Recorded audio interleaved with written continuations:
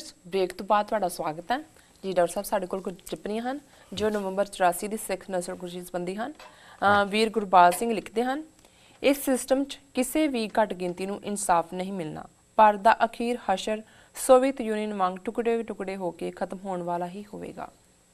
सच सच ते एक सैगमेंट विच खालिस्तान की सुरक्षा नूं लैके एक कोई टिप्पणी है जी जी हाँ जी। वीर गुरबाज सिंह जी का बहुत बहुत धन्यवाद। और उन्होंने एक लाइन दे विच पूरी फिलोसफी कही है। बहुत बार जो सवाल पूछा जाता है कि हिंदुस्तान च इस सिस्टम तो बाद कोई तब्दीली होएगी की सिस्टम होएगा जी। सो मेरा अक्सर ये कहना होंदा है भी जेड़े तां छोटे देश होंदे ने उन्हां दे विच जदों एक सिस्टम करप्ट हो जाए, कमज़ोर हो जाए, अफरा तफरी एनारकी केओस होए तो उहदे च फिर कोई नवा सिस्टम बदलदा है, टेक ओवर नवे लोग करते हैं, तब्दीली होंदी है जी। पर जदों वड्डे देश जिहड़े ने वो टुटदे ने वो कलैप्स ही हुंदे ने, उन्हां दे विच तब्दीली नहीं हुंदी। सो उन्होंने USSR की गल कीती है जिहड़ा सोवियत यूनियन जिन्हों कहंदे सी जी कि वो अल्टीमेटली 15 देशों के विच टुटिया, 15 हिस्से उहदे होए।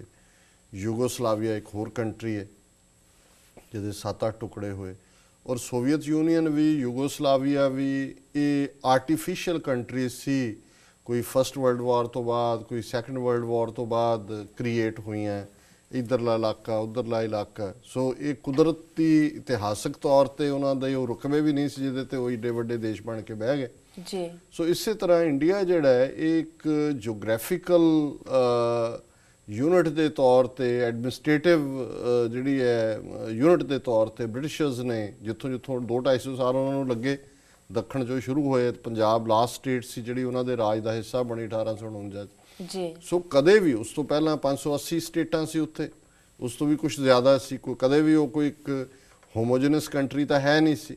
सो वो जान लग्या उन्होंने वंड गया, एक पासे इंडिया एक पासे पाकिस्तान। सो इंडिया का जिहड़ा पूरा ओवरऑल है ये कोई नैचुरल ना कंट्री है। मुगलों के वेड़े भी जे नॉर्थ का काफ़ी हिस्सा रहा है तो साउथ भी वो बीजापुर ਜਾਂ हैदराबाद तक गए, कोई तमिलनाडु ਜਾਂ केरला ਜਾਂ दूजिया स्टेटां तो उन्होंने कब्जे च नहीं सी। कोई ये तो नहीं सी भी सारे हिंदुस्तान के तख्त पर बैठे सी। हालांकि हिंदुस्तान कह के असीं भी ये समझते रहे भी सारा ही जिवें देश उन्होंने कोल सी। सो ये गल नहीं है। सो ज़ाहिर है कि भी ये भी एक आर्टिफिशियल कंट्री है, एक एडमिनिस्ट्रेटिव यूनिट के तौर पर बनी और सोवियत यूनियन और यूगोस्लाविया की तर्ज से ये भी टुटण के रस्ते जा रही है। एनारकी है, केओस है और ये कोई शक नहीं कि अल्टीमेटली दा फेट भी यूगोस्लाविया और सोवियत यूनियन वाला होएगा जी। गुरप्रीत लवली लिखते हैं, सुरक्षा के डरों खालिस्तान नाम बन देना एक तरह की भरूण हत्या है जी। डॉक्टर साहब ये मैनू कमेंट बहुत पसंद आया है, इसलिए मैं चुनिया भी इस डिस्कशन के लिए जी। हुण और उन्होंने बड़ी पहला तो मैं सोचा भी इहदा भरूण हत्या नाल की संबंध है, फिर मैनू लग्या भी गल वीर ने गुरप्रीत लवली ने बड़ी लवली गल की है जी जी। क्योंकि एक सवालकर्ता ने पूछा सी कि जी जे खालिस्तान बन गया उहदी इंटरनल लागले देशों के विच दहशतगर्दी है जां इंडिया पाकिस्तान उन्होंने तो सुरक्षित रहन नहीं देणगे, उहदी सिक्योरिटी की गारंटी है जी। इसलिए वो मतलब ये सी भी इसलिए सानू असी जिहड़ा है वो ना बनाईए। हुण भरूण हत्या क्यों की जाती है, फीमेल नूं क्यों मारिया जाता है बच्ची नूं कुख दे विच जी।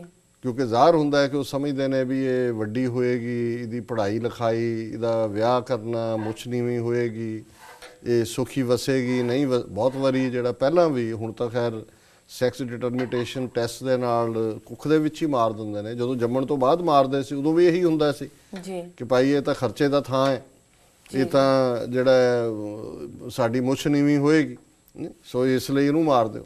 सो उन्हों का यह कहना है कि बई जिमें एक भरूण हत्या करने वाला पहला ही एवं अंदाजे जे ला के उन्होंने बेचारी कुख दे विच मार दिंदा है कि उहदे ते कि इस तरह जिहड़े लोग खालिस्तान इसलिए नहीं बन देना चाहते कि जी ये सिक्योरिटी रिस्क होएगा है जी, इसनूं सर्वाइव करेगा कि उन्हें कहा जी ये बिल्कुल उवें ही है जिवें तुसीं भरूण हत्या कर रहे हो। तो जे भरूण हत्या के खिलाफ है असी तो इस सुरक्षा फैक्टर नूं लैके खालिस्तान की विरोधता करना कोई जस्टिफिकेशन नहीं है। सो असीं वीर गुरप्रीत सिंह लवली के धन्नवादी हैं कि उन्होंने बड़ा विद्वता भरपूर कमेंट किए जी। साढ़े को होर भी टिप्पणियां हैं जो पंजाब स्पैक्ट्रम के फेसबुक ते पेज ते आईयां हैं। अजय वर्मा लिखते हैं, अफसोस ये डॉक्टर अमरजीत बिल्कुल झूठ मारी जाता है।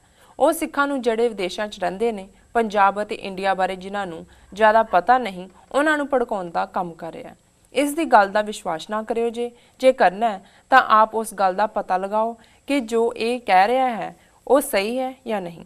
ਜਿਹੜਾ ਬਾਦਲ ਸਰਕਾਰ ਬਾਰੇ ਕਹਿ ਰਿਹਾ ਹੈ ਕਿ ਇਹ ਲੈਂਡ ਸੈਂਡ ਤੇ ਹੋਰ ਕਈ ਤਰ੍ਹਾਂ ਦਾ ਮਾਫੀਆ ਹੈ, ਇਹ ਬਿਲਕੁਲ ਸਹੀ ਹੈ।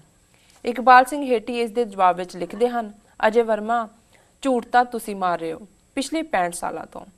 ਲਖਬੀਰ ਸਿੰਘ ਬਰਾੜ ਲਿਖਦੇ ਹਨ, ਹਾਂਜੀ, ਇਹ ਦੂਸਰੇ ਕੌਣ ਸਨ ਜੀ ਇਹ ਦੂਸਰੇ ਨੇ ਇਕਬਾਲ ਸਿੰਘ ਹੇਠੀ।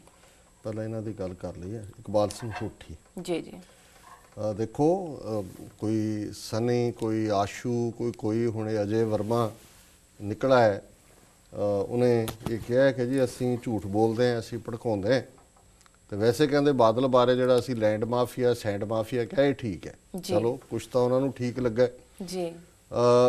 ਦੇਖੋ ਔਰ ਇਸ ਨੂੰ ਬਿਲਕੁਲ ਉਹਨਾਂ ਨੇ ਇਕਬਾਲ ਹੋਠੀ ਹੋਰਾਂ ਨੇ ਨਾਲ ਹੀ ਕਾਊਂਟਰ ਕੀਤਾ ਹੈ ਕਿ ਵੀ ਝੂਠ ਤਾਂ ਤੁਸੀਂ ਬੋਲਦੇ ਹੋ ਜੀ। ਔਰ ਗੱਲ ਅਸੀਂ ਸਮਝਦੇ ਹਾਂ ਵੀ ਜੇ ਇਸ ਨੂੰ ਸੱਚ ਦੇ ਪੈਮਾਨੇ ਤੇ ਰੱਖ ਕੇ ਦੇਖਾਂਗੇ ਤੇ ਫਿਰ ਇਹਨਾਂ ਦੀ ਜਿਸ ਤਬਕੇ ਨਾਲ ਅਜੈ ਵਰਮਾ ਦਾ ਸੰਬੰਧ ਹੈ, ਜਿਸ ਵਿਚਾਰਧਾਰਾ ਨਾਲ, ਇਹਨਾਂ ਦਾ ਤਾਂ ਕਿਲਾ ਹੀ 4000 ਸਾਲ ਤੋਂ ਝੂਠ ਦੇ ਉੱਤੇ ਹੈ। ਝੂਠ ਦੇ ਉੱਤੇ ਹੀ ਇਹਨਾਂ ਨੇ ਸਾਰਾ ਆਪਣਾ ਧਰਮ ਘੜਿਆ। ਕਹਾਣੀਆਂ, ਪੌਰਾਣਿਕ ਕਹਾਣੀਆਂ। ਹੁਣ ਪੌਰਾਣਿਕ ਕਹਾਣੀਆਂ ਕੀ ਨੇ? ਜਿਹੜਾ ਅਸਲੀ ਅਜੇ ਵੇਦਾਂ ਤੇ ਆਧਾਰਿਤ ਹਿੰਦੂ ਥਾਟ ਸੀ ਜਾਂ ਆਰੀਆ ਥਾਟ ਸੀ, ਉਹਦੇ ਤੁਹਾਨੂੰ ਫਿਰ ਵੀ ਜਾਂ ਵਿਦਾਂਤ ਦੇ ਵਿੱਚ ਫਿਰ ਵੀ ਥੋੜੀ ਫਿਲਾਸਫੀ ਮਿਲਦੀ ਹੈ ਜੀ। ਪਰ ਜਿਹੜਾ ਅੱਜ 800 ਮਿਲੀਅਨ ਜਾਂ 700 ਮਿਲੀਅਨ ਹਿੰਦੂ ਪ੍ਰੈਕਟਿਸ ਕਰਦੇ ਨੇ, ਜਿਹੜਾ ਹਿੰਦੂ ਧਰਮ, ਉਹ ਪੌਰਾਣਿਕ ਹਿੰਦੂ ਧਰਮ ਹੈ, ਪੁਰਾਣਾਂ ਦੇ ਉੱਤੇ ਖੜਾ ਹੈ ਜੀ। ਔਰ ਉਹ ਟੋਟਲੀ ਜਿਹੜਾ ਉਹ ਮਿਥਿਹਾਸ, ਕਹਾਣੀਆਂ, ਮੇਕ ਬਿਲੀਵ ਸੈਂਸ ਕ੍ਰੀਏਟ ਕਰਨੀ। ਸੋ ਇਹਨਾਂ ਦਾ ਤਾਂ ਸਾਰਾ ਆਧਾਰ ਹੀ ਝੂਠ ਦੇ ਉੱਤੇ ਹੈ। ਔਰ ਫਿਰ ਜੇ ਇਹਨਾਂ ਦੀ ਨੀਤੀ ਦੇਖਣੀ ਹੈ ਤੇ ਚਾਣਕਿਆ ਤੋਂ ਵੱਧ ਕੇ ਉਸਦਾ ਕਟਲਿਆ ਜਿਹਨੂੰ ਕਹਿੰਦੇ ਨੇ, ਉਸ ਦਾ ਅਰਥ ਸ਼ਾਸਤਰ, ਜਿਹਦੇ ਚੋਂ ਕਹਿੰਦਾ ਹੈ ਕਿ ਭਾਈ ਸਾਮ ਦਾਮ ਦੰਡ ਭੇਦ ਸਾਰੇ ਹਥਿਆਰ ਵਰਤੋ। ਕੋਈ ਝੂਠ ਦਾ ਤਾਂ ਉਹਦੇ ਇਹਨਾਂ ਦੀ ਤਾਂ ਉਸ ਸਾਰੇ ਰਾਜਸੀ ਜਾਂ ਧਾਰਮਿਕ ਜੀਵਨ ਦੇ ਵਿੱਚ ਲਾਈਨ ਹੀ ਕੋਈ ਨਹੀਂ ਹੈ ਕਿ ਵੀ ਝੂਠ ਬੋਲਣਾ ਜਿਹੜਾ ਉਹ ਕੋਈ ਧਰਮ ਦੇ ਅਸੂਲ ਦੇ ਖਿਲਾਫ। ਹਾਂ ਬੋਲੋ, ਤੁਸੀਂ ਕੂੜ ਫਿਰੇ ਪ੍ਰਧਾਨ ਵੇ ਲਾ ਲਓ, ਕਲੇਮ ਕਰੋ ਸੱਤੇਮੇਵ ਜਯਤੇ। ਹੁਣ ਜਿਹੜਾ ਇਹਨਾਂ ਨੇ ਆਪਣਾ ਡਿਕਲੇਅਰ ਕੀਤਾ ਹੋਇਆ ਇਨਸਿਗਨੀਆ ਕਿ ਜੀ 7 ਦੀ ਜਿੱਤ ਹੁੰਦੀ ਹੈ, ਪਰ ਸਾਰਾ ਜਿਹੜਾ ਆਧਾਰ ਹੈ ਉਹ ਕੂੜ ਦੇ ਉੱਤੇ ਖੜਾ ਜੀ। ਸੋ ਮਿਸਟਰ ਅਜੇ ਵਰਮਾ, ਅਸੀਂ ਚਾਹਾਂਗੇ ਕਿ ਜੇ ਤੁਸੀਂ ਸਾਡੀ ਕਿਸੇ ਵੀ ਟਿੱਪਣੀ ਨੂੰ, ਉਹ ਭਾਵੇਂ ਪਿਛਲੇ ਸਾਰੇ ਪੀਰੀਅਡ ਜਦੋਂ ਦਾ ਇਹ ਪ੍ਰੋਗਰਾਮ 1 ਸਾਲ ਦੇ ਲਗਭਗ ਦਸੰਬਰ ਚ ਨੂੰ ਹੋ ਜਾਣਾ ਜੀ, ਕਿਸੇ ਇੱਕ ਕਮੈਂਟ ਨੂੰ ਪਿਕ ਕਰ ਲਓ ਔਰ ਫਿਰ ਸਾਨੂੰ ਚੈਲੰਜ ਕਰੋ ਕਿ ਤੁਹਾਡੇ ਆਹ ਫੈਕਟ ਗਲਤ ਨੇ ਜੀ, ਤੁਸੀਂ ਆਹ ਜਿਹੜੀ ਟਿੱਪਣੀ ਕੀਤੀ ਹੈ ਇਹਦੇ 'ਚ ਇਹ ਚੀਜ਼ ਜਿਹੜੀ ਹੈ ਇਹ ਫੈਕਟਸ ਦੇ ਉੱਤੇ ਨਹੀਂ ਹੁੰਦੀ, ਤੇ ਅਸੀਂ ਜ਼ਰੂਰ ਤਸਲੀਮ ਵੀ ਕਰਾਂਗੇ ਔਰ ਉਸ ਨੂੰ ਅਮੈਂਡ ਵੀ ਕਰਾਂਗੇ।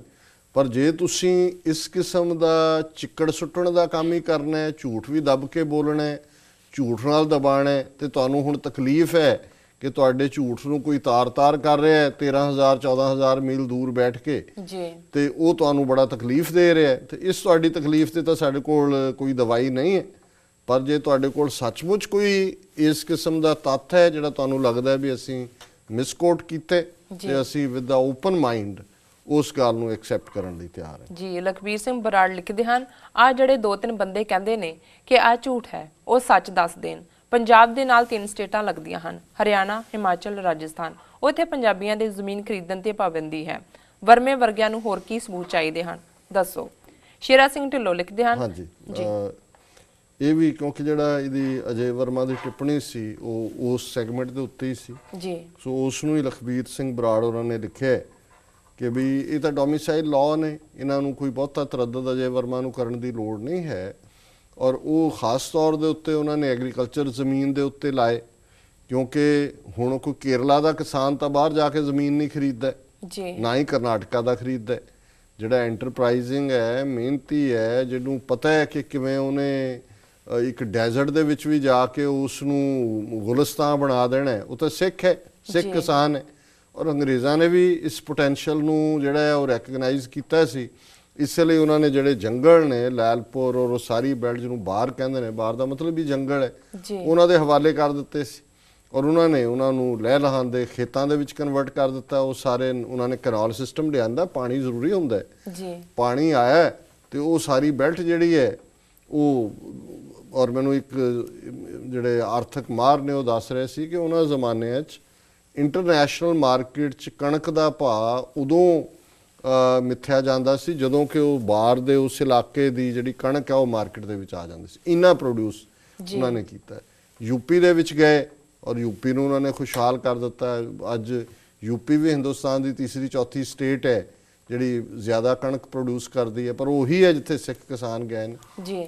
ਸੋ ਜ਼ਾਹਰ ਹੈ ਵੀ ਅਸੀਂ ਕਮੈਂਟ ਇਹੀ ਕੀਤਾ ਸੀ ਕਿ ਵੀ ਇੱਕ ਪਾਸੇ ਇਹ ਦੇਸ਼ ਦਾ ਸੰਵਿਧਾਨ ਮੌਲਿਕ ਹੱਕ ਦਿੰਦਾ ਹੈ, ਫੰਡਾਮੈਂਟਲ, ਜਿੱਥੇ ਮਰਜ਼ੀ ਕੋਈ ਜਾ ਕੇ ਰਹਿ ਸਕਦਾ ਹੈ ਜੀ, ਪਰ ਹਰਿਆਣੇ ਦੇ ਵਿੱਚ, ਹਿਮਾਚਲ ਦੇ ਵਿੱਚ, ਰਾਜਸਥਾਨ ਦੇ ਵਿੱਚ ਸਟੇਟ ਡੋਮਿਸਾਈਲ ਐਕਟ ਨੇ ਜੀ, ਜੰਮੂ ਕਸ਼ਮੀਰ ਦੇ ਵਿੱਚ ਵੀ ਹੈ, ਪਰ ਚਲੋ ਉਹ ਉਹਨਾਂ ਨੇ ਆਪਣੇ ਹੱਕਾਂ ਦੇ ਲਈ ਪਹਿਲਾਂ ਹੀ ਮਹਿਫੂਜ਼ ਕਰਾ ਲਿਆ ਸੀ। ਉਹ ਐਗਰੀਮੈਂਟ ਸੀ ਇੰਡੀਅਨ ਗਵਰਨਮੈਂਟ ਨਾਲ ਜੀ। ਜੇ ਉਹਨਾਂ ਨੇ ਉਹ ਮਹਿਫੂਜ਼ ਨਾ ਕੀਤਾ ਹੁੰਦਾ ਤੇ ਅੱਜ ਜੰਮੂ ਕਸ਼ਮੀਰ ਭਈਆ ਸਥਾਨ ਬਣਾਇਆ ਹੁੰਦਾ। ਜੇ ਅੱਜ ਵੀ ਉੱਥੇ ਮੁਸਲਮਾਨਾਂ ਦੀ ਮੈਜੋਰਿਟੀ ਹੈ ਤਾਂ ਉਹਦਾ ਕਾਰਨ ਆਰਟੀਕਲ 370 ਦੇ ਨਾਲ ਉਹਨਾਂ ਨੇ ਇਸ ਗੱਲ ਨੂੰ ਯਕੀਨੀ ਬਣਾਇਆ ਸੀ ਕਿ ਉੱਥੇ ਕੋਈ ਹੋਰ ਨਹੀਂ ਆ ਸਕਦਾ ਜੀ। ਉਹਨਾਂ ਦਾ ਆਪਣੇ ਸਾਡੇ ਮਾਮਲੇ 'ਚ ਤਾਂ ਸਾਡਾ ਮੁੱਖ ਮੰਤਰੀ ਜਿਹੜਾ ਉਹ ਭਈਆਂ ਨੂੰ ਘਰ ਬਣਾ ਕੇ ਦੇ ਰਿਹਾ ਵੀ ਹਰ ਸ਼ਹਿਰ 'ਚ 3000 ਰੁਪਈਏ ਨੂੰ ਘਰ ਬਣਾ ਕੇ ਦੇਣੇ ਜੀ। ਲੇਕਿਨ ਇਹ ਹਰਿਆਣਾ, ਹਿਮਾਚਲ, ਰਾਜਸਥਾਨ ਤੋਂ ਹੁਣ ਗੁਜਰਾਤ, ਕੱਛ 'ਚੋਂ ਸਿੱਖਾਂ ਨੂੰ ਉਜਾੜਿਆ ਜਾ ਰਿਹਾ।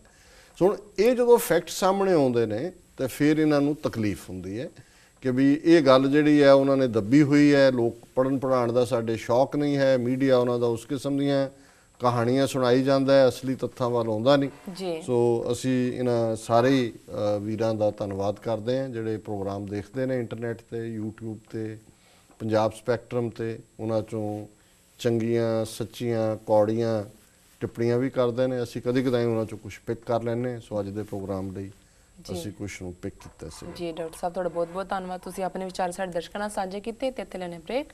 ਵੀਅਰਸ ਤੁਸੀਂ ਕਿਤੇ ਨਹੀਂ ਜਾਣਾ, ਮਿਲਦੇ ਹਾਂ ਛੋਟੇ ਬ੍ਰੇਕ ਤੋਂ ਬਾਅਦ।